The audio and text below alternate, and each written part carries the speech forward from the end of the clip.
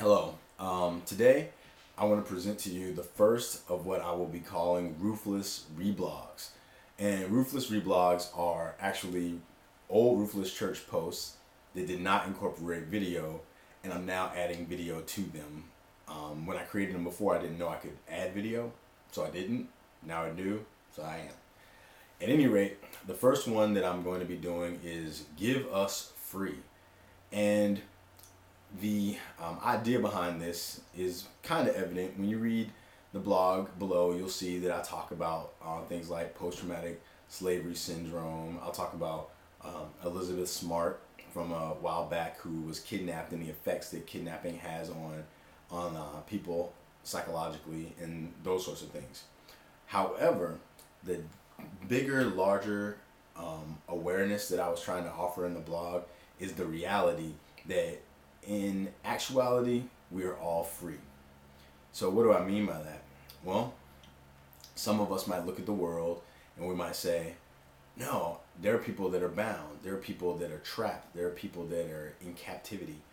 And I am expressing an idea that this is not true. That in fact, because we are the offspring of God, if you will, we are as God is.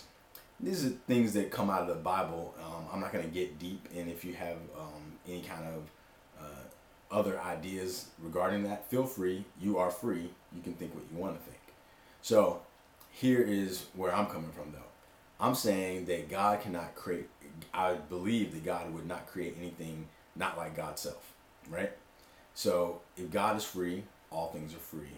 If God is infinite, all things are infinite. If God is love, all things are love.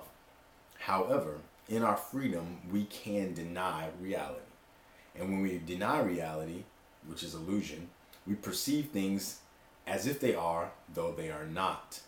And we can perpetuate those things. And so we create institutions, false institutions based off of false premises, slavery being one of them.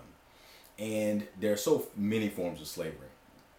And we all participate in those to varying degrees based on our investment in the illusion. So let's say that you're in a relationship, and let's say that you don't think that you deserve your partner. Maybe you think that they're too good looking, or maybe they make too much money, or something like that. And so what you do is you tell yourself you don't deserve them. So then what you do is you try to make that person feel like they are lucky to have you, and you try to make them feel trapped in the relationship, enslave them in the relationship. Maybe you buy them things and do sorts of things to make them feel like, wow, I'm so lucky to be here. I'd rather be in this relationship because I won't get what I'm getting here anywhere else. And we tempt them and create all sorts of illusions. And we try to bind that person. But that person might participate in this illusion, but in their heart, they may not actually even love you. Why? Because they're free not to. Just like they're free to love you, they're free not to love you. Just like God has created us free to love God or free not to love God. And that's the choices that we make. But the choices in and of themselves are based off of false premises. The fact is, there's no one that's too good for anyone else. I mean, we don't experience it that way because we bought into an illusion. And so, coming from that space, that idea that we're all free and that we can deny our freedom, we can deny this reality and experience illusion and make it as real as we want to make it, I offer this thought. And the thought is this: we are bound by what we bind, and we are set free by what we liberate. It's not that different from Jesus' teaching that what you loose in heaven or loose on earth, you loose in heaven. What you bind on earth, you bind in heaven. Pretty much says that that which you hold on to is that which will be holding on to you. You know, if you like putting other people down, you know, you want to keep if you want to keep other people down, well, guess what? You got to stay down with them. But if you let them go, you're free to move about freely as well. So that's the idea. And I use slavery in this previous post to kind of just show that this false institution, we've made it real, and our lack of willingness to address these things is actually what's keeping us bound. If we can confront the things that come up with the ideas of slavery or the ideas of cheap labor or all the ideas that we've perpetuated in this society, that these attachments that we've created, we can actually be so much freer. We don't have to create this like false economy where we do things like pour milk down the drain to keep the prices of milk high, or sell gasoline to other countries at a cheaper rate so that we can keep our gasoline prices at a certain level, or kill cows so that we can keep the beef market manageable. Because these things are things that we do all an illusion, because we've created this idea of the market and this idea of an economy that has to balance out in some kind of way. And so we become slaves to this creation that we made, and then we play into it, and then we justify it. So we can like justify like paying cheap labor in foreign countries and having child labor, because we justify this like balance sheet. And we look at all of creation like it's a balance sheet with limited resources, and this is what we have to do. When the reality is, it's all infinite. We're all part of an infinite. We come from an infinite source. There is no lack except for the lack that we create in our minds and we perpetuate in our actions. And then we have influence, because we all are one. So through our influence, we perpetuate it, and then some people choose to fall in line with it. Sometimes because of their own attachments, whether it be to relationships or ideas of the future or whatever the case may be. But ultimately, no matter how much we play into the illusion, reality is what it is. And so we're all offered this opportunity to come into this reality. I believe that the way that we get free from this is to apply consciousness everywhere that we can. So right now, I'm sharing these concepts with you, not because you're necessarily going to receive it, but I definitely have to give it. As Jesus taught, you received it freely, give it freely. I'm receiving something freely. I'm sharing it freely because I believe in freedom. I believe in liberation, and I believe in reality. And so I am choosing to set myself free by putting out the idea that someone might hear this and find their own freedom, to realize that they don't have to be attached and bound by the shackles of this world. And that's not to say that we can't enjoy and participate in the things that we've created. Not at all. But we have to know that we're creating it. We have to know that it's something that we have called up out of our abilities, and we're participating in a story that we've all made up.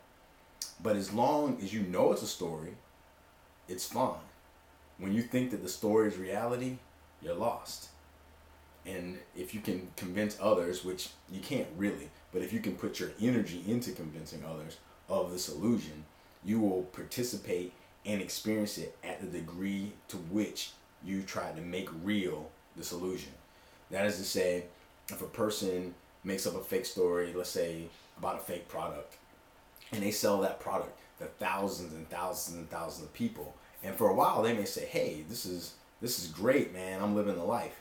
But then when they get caught for their false thing that they've done, it will be multiplied by the degree to which they try to entrap others in their illusion.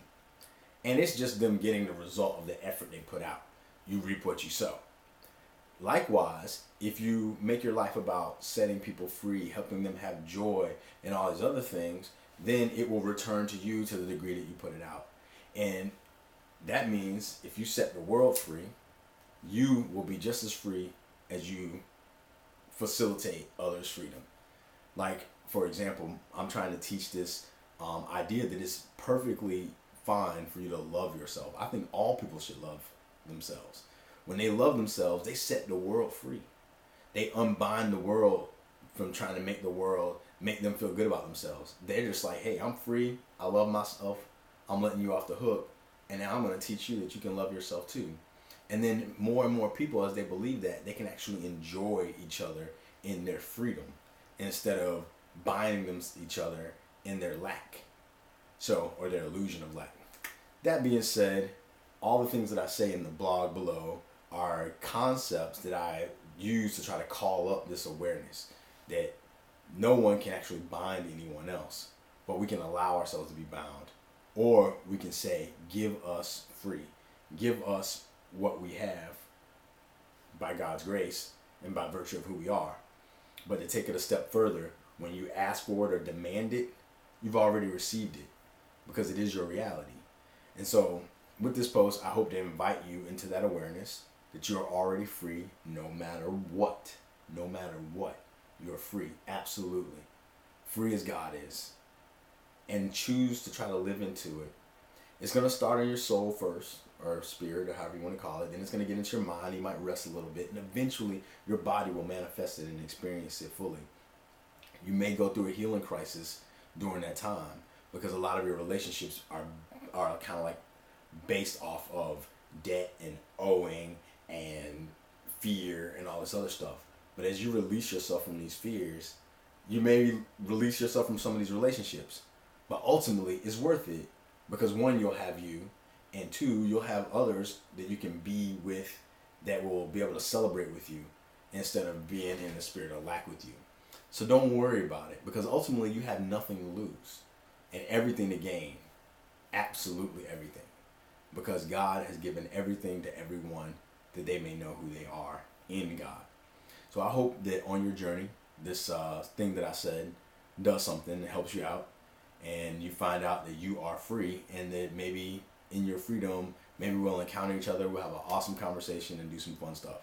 Who knows? Anyway, peace out, love you, and look forward to making more of these and hearing from you guys. Bye.